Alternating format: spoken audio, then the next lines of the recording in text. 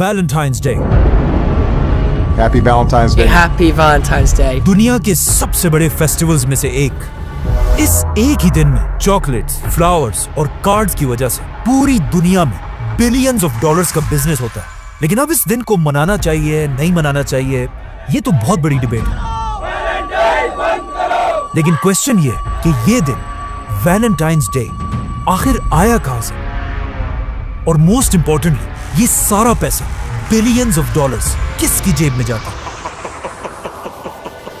आज से 2000 साल पहले पूरी दुनिया में सिर्फ एक ही सुपर पावर थी, द ग्रेट रोमन एम्पायर। और जैसे ही एम्पायर अपनी ताकत की पीक तक पहुंची, एग्जैक्ट उसी टाइम अल्लाह ने इसी एम्पायर के अंदर अपना एक माइटी पैगंबर भेजा, ईसा अलैहिस्सलाम।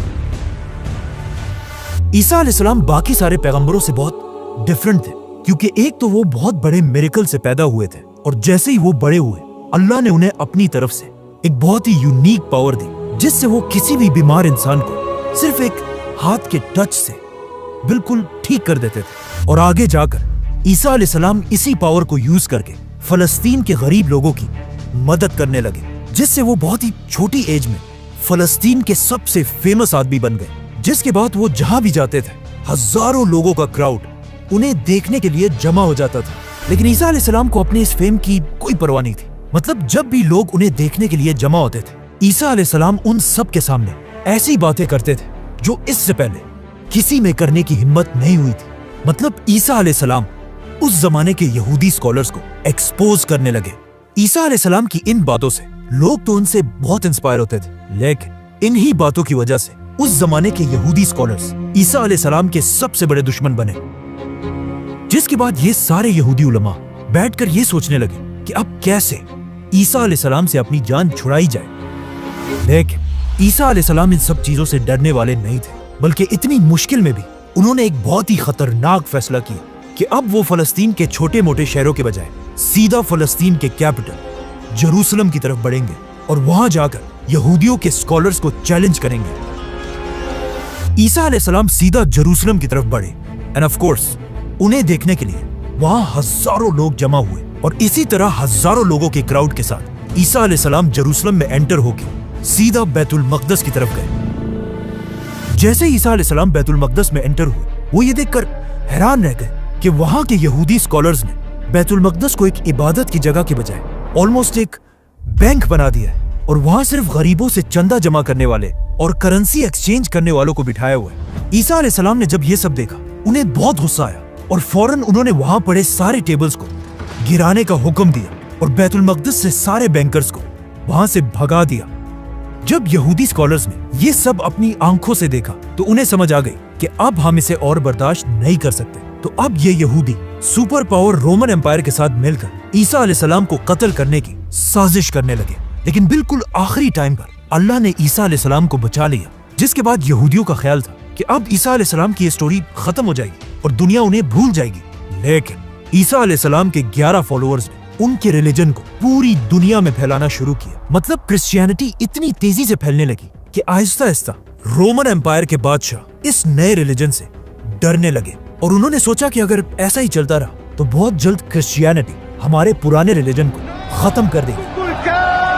तो अब इस सब को रोकने के लिए रोमन एम्पायर के बादशाहों के पास सिर्फ एक ही हल था कि सारे क्रिश्चियंस को मारा जाए। जिसके बाद रोमन एम्पायर ने अपनी पूरी ताकत यूज करके क्रिश्चियंस पर जुल्म करना शुरू किया, और जैसे जैसे वक्त गुजरता गया ये जुल्म और भी ज्यादा बढ़ने लगा। आखिर 200 साल के बाद रोमन एम्पायर के तख्त पर एक नया बादशाह बैठा, एम्परर क्लॉडियस।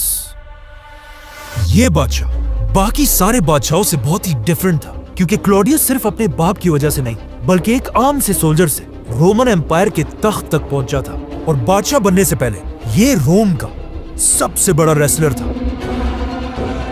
तो अब जैसे ही क्लॉडियस दुनिया का सबसे बड़ा बादशाह बना, उसने अपनी फौज को यूज करके अपने खिलाफ हर बगावत को क्रश करना शुरू कर दिया। लेकिन इतनी बड़ी फौज के बाद भी एम्परर क्लॉडियस ने यह नोट किया कि उसकी फौज उस जज्बे से लड़ ही नहीं रही जिस तरह वो चाहता है। और जब क्लॉडियस ने पूछा कि ऐसा क्यों है, तो उसे बताया गया कि हमारी army, the great Roman army में ज्यादा सोल्जर्स बहुत ही यंग है, और जैसे ही इन यंग लड़कों की शादी होती है उसके बाद इनमें लड़ने का जज्बा बिल्कुल खत्म हो जाता है। ये सुनकर क्लॉडियस ने कहा कि अच्छा तो ये बात है।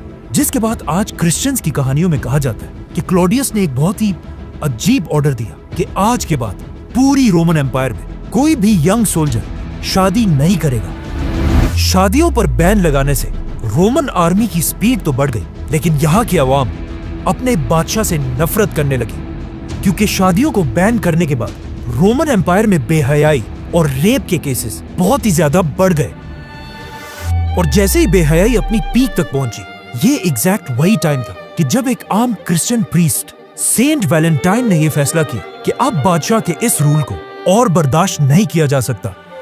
अब इससे आगे हिस्ट्री में तो कहीं नहीं लिखा, लेकिन क्रिश्चियन कहानियों में कहा जाता है कि सेंट वैलेंटाइन अपनी जान की परवाह किए बगैर रोमन बादशाह से छुप छुप कर यंग लोगों की शादियां कराने लगा।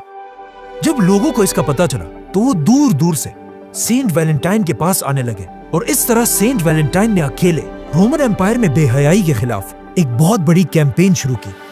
लेकिन आहिस्ता आहिस्ता इतने लोगों की शादियां हुई कि ये खबर किसी तरह रोमन एम्पायर के बादशाह क्लॉडियस तक पहुंची, जो इस वॉरियर बादशाह के खिलाफ एक बहुत बड़ी बगावत थी। तो आखिर एम्परर क्लॉडियस ने हुक्म दिया कि ये वैलेंटाइन जो भी है, इसको ढूंढकर इसका सर काट दिया जाए। जिसके बाद रोमन फौज हर तरफ फैल गई और फाइनली सेंट वैलेंटाइन को पकड़कर उसे जेल में डाल दिया। जब वैलेंटाइन के फॉलोअर्स को इस बात का पता चला तो उन्हें बहुत दुख हुआ, लेकिन फिर भी क्लॉडियस जैसे एम्परर के सामने वो कुछ भी नहीं कर सकते थे। तो यहाँ पर उन्होंने एक ऐसा रिवाज शुरू किया जो आज तक दुनिया में कायम है। जितने दिन सेंट वैलेंटाइन जेल में थे, हर दिन वो कपल्स जिनकी उन्होंने शादी कराई थी आकर वैलेंटाइन के जेल के सामने फ्लावर्स रखने लगे। काफी अरसे तक जेल में रहने के बाद अब फाइनली सेंट वैलेंटाइन का आखिरी दिन आ चुका था, 14 फरवरी। अपनी मौत से एक ही रात पहले वैलेंटाइन ने एक लड़की के नाम अपना आखिरी खत लिखा, और पूरा खत लिखने के बाद इस लेटर के बिल्कुल आखिर में उसने एक ऐसी बात कही जो आज तक दुनिया में बोली जाती है, फ्रॉम योर वैलेंटाइन। जिसके अगले ही दिन 14 फरवरी को बहुत ही बेरहमी से सेंट वैलेंटाइन को मार दिया गया, और यहां से दुनिया में एक नया फेस्टिवल बना। 14 फरवरी उस जमाने की रोमन एम्पायर में 14 फरवरी कोई आम दिन नहीं था। ये एक ऐसा दिन था जब रोमन एम्पायर के सारे लोग एक जगह जमा होकर अपने इस खुदा को खुश करने के लिए एक बहुत बड़ा फेस्टिवल मनाते थे, जो कोई आम फेस्टिवल नहीं, बल्कि इस फेस्टिवल में रोमन एम्पायर के लोग बेहयाई के सारे लिमिट्स क्रॉस कर देते थे और ऐसी ऐसी बेशर्मी की हरकतें करते थे जिन्हें यहाँ एक्सप्लेन करना भी बहुत मुश्किल है। तो अब रोमन एम्पायर में 14 फरवरी एक बहुत बड़ी कंफ्यूजन थी। एक तरफ क्रिश्चियंस वैलेंटाइन डे मनाते थे, जिसमें लोगों को बेहयाई छोड़कर शादियों की तरफ आने पर मोटिवेट किया जाता था, और दूसरी तरफ रोमन्स जो उसी दिन एक बहुत ही बेशर्म फेस्टिवल मनाते थे। तो अब एक ही दिन दो फेस्टिवल्स मनाना बहुत बड़ी कंफ्यूजन थी। आहिस्ता आहिस्ता वक्त के साथ साथ रोमन एम्पायर का पुराना रिलीजन खत्म हो गया और पूरे एम्पायर में सिर्फ एक ही रिलीजन रहा, क्रिश्चियनिटी। जिसके बाद क्रिश्चियन स्कॉलर्स ने मिलकर पुराने बेहयाई के फेस्टिवल को खत्म कर दिया और पूरी एम्पायर में लोग 14 फरवरी को शादियों को सेलिब्रेट करने वाला वैलेंटाइन्स डे मनाने लगे।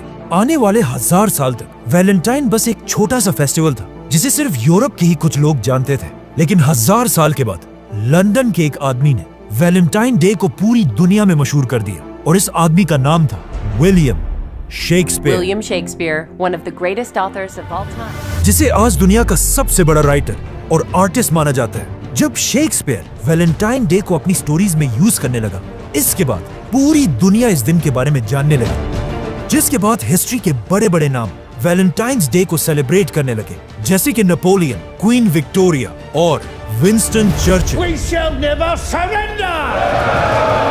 लेकिन फिर भी वैलेंटाइन्स डे को अपना असल फेम शेक्सपियर के नॉवल से नहीं, बल्कि दुनिया की सबसे बड़ी जंगों वर्ल्ड वॉर से मिला, जिसमें करोड़ों लोग अपने फैमिलीज को छोड़कर जंग की तरफ जाने लगे, जो एक बहुत ही मुश्किल काम था, क्योंकि लाखों बाप अपने बच्चों से, हस्बैंड्स अपनी वाइफ से और बेटे अपनी माओ से जुदा हो गए। अब लोगों के इन सारे इमोशंस को अमेरिका का एक छोटा सा बिजनेसमैन बहुत गौर से देख रहा था, जिसकी एक छोटी सी प्रिंटिंग की दुकान थी, हॉलमार्क, और इसी दुकान से उसने दोबारा वैलेंटाइन डे के कॉन्सेप्ट को जिंदा करना शुरू किया और वैलेंटाइन्स डे के लाखों कार्ड्स प्रिंट करके उन्हें अमेरिका के हर घर तक पहुंचाया। मतलब वर्ल्ड वॉर में वैलेंटाइन के इतने कार्ड्स छप चुके थे कि लोग सिर्फ अपनी फैमिलीज को नहीं बल्कि दुश्मनों को भी यही कार्ड्स भेजते थे, जो ऊपर से तो वैलेंटाइन के कार्ड्स थे लेकिन उनके अंदर सिर्फ गालियां ही होती थी। जैसे ही जंग खत्म हुई, हॉलमार्क सिर्फ छोटे से दुकान से दुनिया की सबसे बड़ी कंपनीज में से बनी। लेकिन वर्ल्ड वॉर के बाद हॉलमार्क ने देखा कि लोग आहिस्ता आहिस्ता वैलेंटाइन मनाना भूल रहे हैं, जिसकी वजह से उनका बिजनेस बहुत तेजी से नीचे गिरने लगा। तो यहाँ से उन्होंने अपनी पूरी स्ट्रेटेजी को बदल दिया और एक बहुत ही खतरनाक नया प्लान बनाया जिसे आज तक दुनिया में यूज किया जाता है, जिसमें हॉलमार्क न्यूज़पेपर, रेडियो और टीवी में सीधा औरतों को टारगेट करने लगा। Mary, what's the matter? और उन्हें ऐसा फील कराने लगा कि अगर किसी औरत को It's the little things, John. Valentine's पर गिफ्ट ना मिले, उसकी कोई औकात ही नहीं। You forgot to get me a Hallmark Valentine card. And it worked. And only a Hallmark card. लोग एक बार फिर पहले से भी ज्यादा वैलेंटाइन्स को सेलिब्रेट करने लगे और हॉलमार्क दोबारा पैसा बनाने लगा। ये देखकर बाकी कंपनीज ने भी पैसा बनाने के लिए हॉलमार्क को फॉलो किया। फॉर एग्जाम्पल कैडबरी, जिसने पहली बार हार्ट शेप चॉकलेट्स बनाए और ऐसी कैंपेन चलाई कि अब वैलेंटाइन्स पर कार्ड के साथ साथ चॉकलेट्स देना भी लाजमी है। जिसके बाद गोल्ड, डायमंड और फ्लावर कंपनीज भी वैलेंटाइन्स डे को यूज करने लगे और आज भी उसी स्ट्रेटेजी को सबसे ज्यादा सोशल मीडिया कंपनीज यूज करती हैं, जिससे वैलेंटाइन एक बहुत बड़ा फेस्टिवल तो बन चुका है। लेकिन ये बड़ी बड़ी कंपनीज वैलेंटाइन्स के दिन लोगों पर इतना प्रेशर क्रिएट करती हैं कि कुछ लोग इसे बर्दाश्त नहीं कर पाते। Valentine's Day tragedy, the profile of an accused school shooter. इसीलिए वैलेंटाइन्स का दिन दुनिया में डिप्रेशन में भी सबसे आगे है। From when gunfire broke out on Valentine's Day. और दुनिया भर में बहुत सारे लोग इसी दिन के डिप्रेशन की वजह से खुद ही अपनी जान ले लेते हैं। आज वैलेंटाइन्स डे को पूरी दुनिया मनाती है, लेकिन कुछ कल्चर्स इसे बुरा भी समझते हैं, जैसे कि मुसलमान, कुछ हिंदू और even Christians. I'm Pastor Robert. Jesus hates Valentine's Day. क्योंकि आज रिलीजियस लोगों का ये मानना है कि इन बड़ी बड़ी कंपनीज ने सेंट वैलेंटाइन के असली मिशन को भुलाकर सिर्फ अपने प्रॉफिट के लिए इसे दोबारा रोमन एम्पायर का वही बेहयाई वाला फेस्टिवल बना दिया। और लोग बिल्कुल भूल चुके हैं कि इस दिन का असल मकसद लोगों को बेहयाई से निकालकर शादियों की तरफ लाना था। इन शॉर्ट, अगर आज कोई वैलेंटाइन मना रहा है, उसे ये जानना चाहिए कि वो किसी मोहब्बत की वजह से नहीं, बल्कि बड़ी बड़ी कंपनीज उसे अपनी उंगलियों पे नचा रहे हैं। सब्सक्राइब।